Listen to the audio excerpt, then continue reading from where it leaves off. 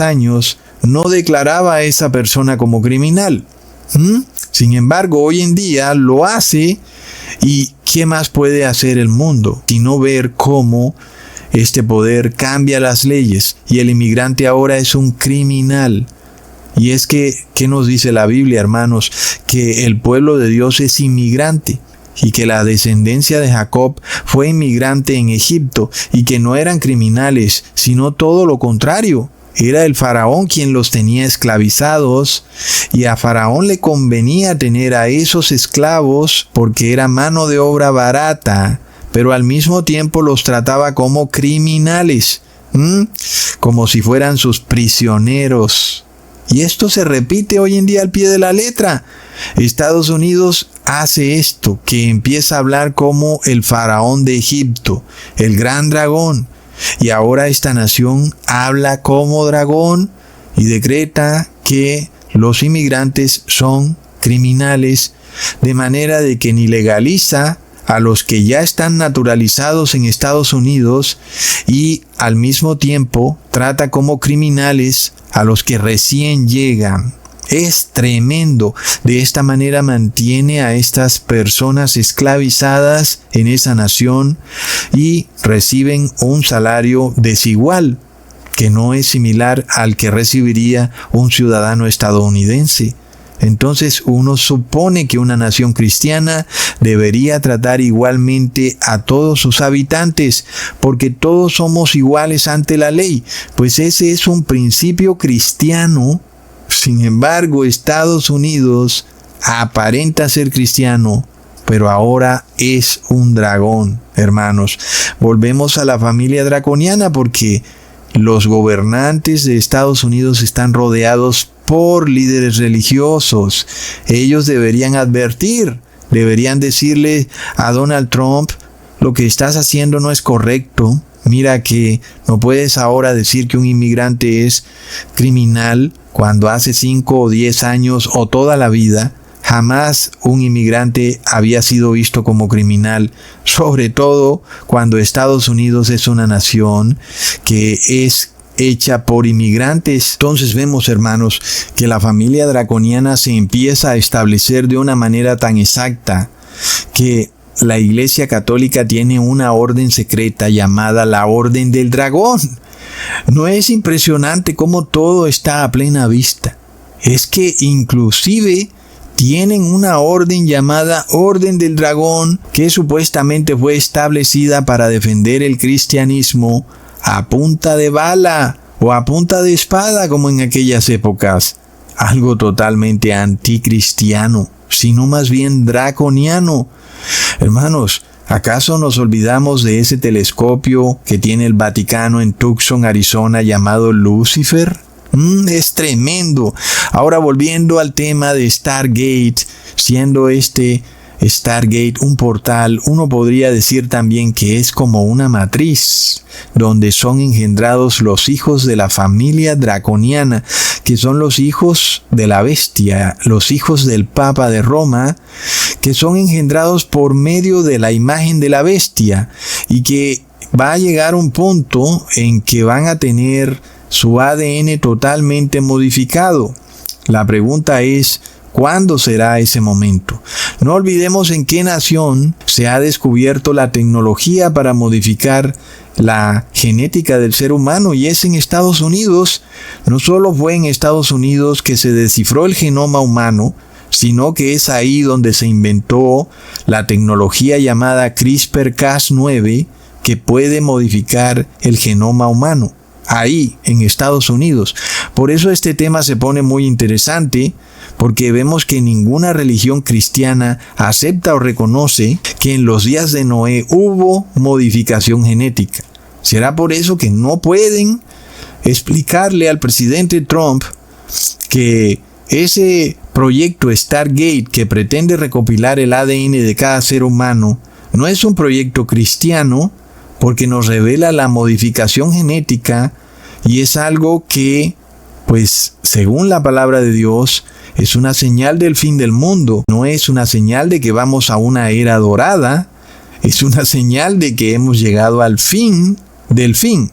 Leamos en Génesis capítulo 6, versículo 2 al 4, que viendo los hijos de Dios que las hijas de los hombres eran hermosas, tomaron para sí mujeres escogiendo entre todas, y dijo Jehová, no contenderá mi espíritu con el hombre para siempre, porque ciertamente él es carne, mas serán sus días 120 años. Había gigantes en la tierra en aquellos días, y también después que se llegaron los hijos de Dios a las hijas de los hombres, y les engendraron hijos. Estos fueron los valientes que desde la antigüedad fueron varones de renombre. Miremos, hermanos, que es curioso que no hay una sola iglesia cristiana que acepte que en este pasaje se está hablando de modificación genética y de un cruce que existió entre la relación o unión de ángeles caídos con mujeres para formar una familia draconiana, porque es una unión perversa entre demonios y mujeres de la familia humana que luego procrearon a titanes, que son seres humanos con mayores capacidades. Dice la palabra, hombres valientes desde la antigüedad fueron varones de renombre, es decir, personas con habilidades superiores que los seres humanos del común, y que por eso se convierten en varones de renombre. Y eso no quiere decir que eran personas honorables y buenas, obedientes a los mandamientos de Dios, sino que eran los poderosos, los fuertes, los Goliaths, los gigantes en estatura y en inteligencia, los que tienen mayor capacidad de oratoria y que por eso tienen una ventaja superior que otros seres humanos. Por eso la palabra los llama varones de renombre o grandes hombres. Recuerdan, hermanos, que la palabra nos revelaba que Simón el mago era un gran hombre. Es decir, Simón el mago era un varón de renombre. ¡Wow, hermanos! Nada es coincidencia. Veamos cómo la palabra de Dios nos revela todo lo que ocurre en este mundo.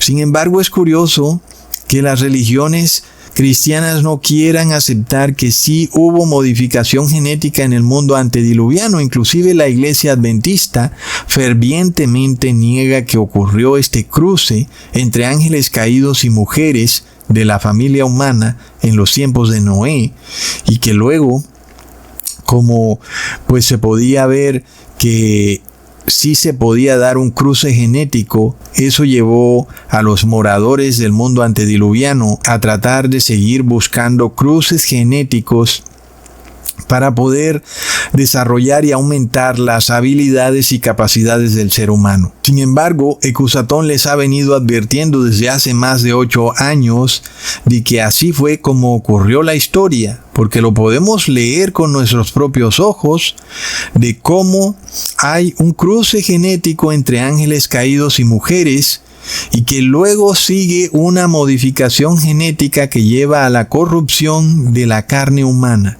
Es tremendo, y por eso nosotros pudimos escapar del bautismo negro en el 2020, porque pudimos ver claramente que se buscaba la modificación genética del ser humano a través de un ARN mensajero. Plop.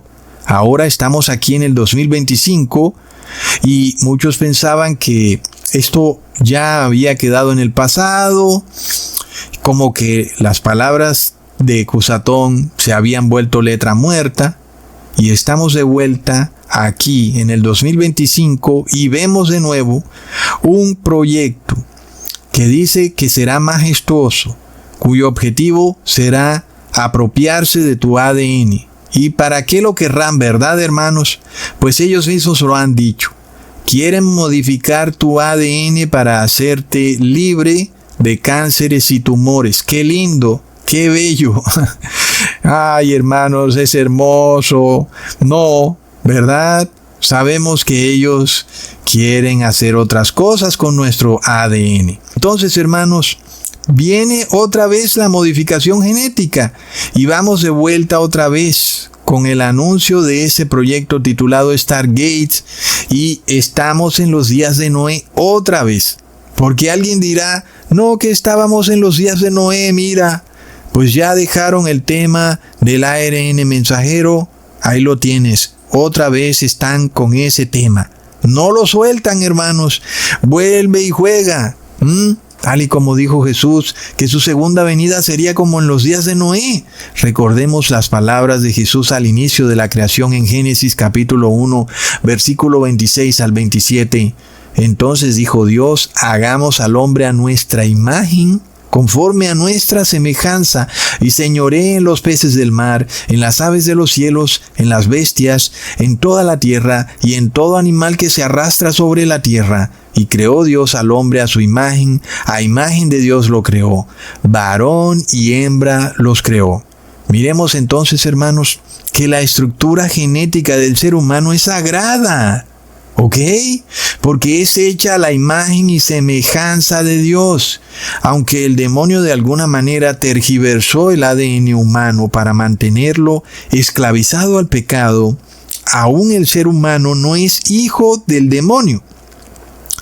Es decir, no somos de la familia draconiana.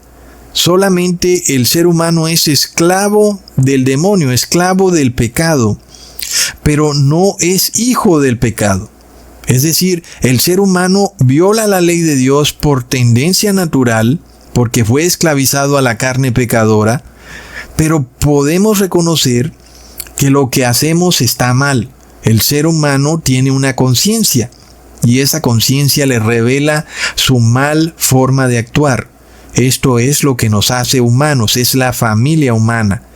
Y por eso podemos ser liberados de la esclavitud del pecado, porque tenemos una conciencia que nos reprende cuando actuamos mal.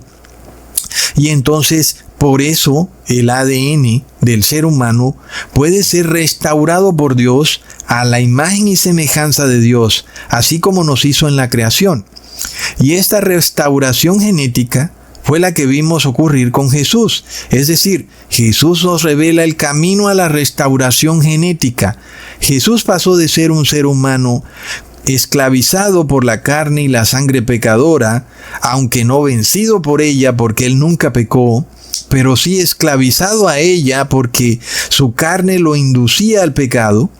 Sin embargo, luego Jesús resucita, ya no con carne pecadora, sino ahora con cuerpo glorioso.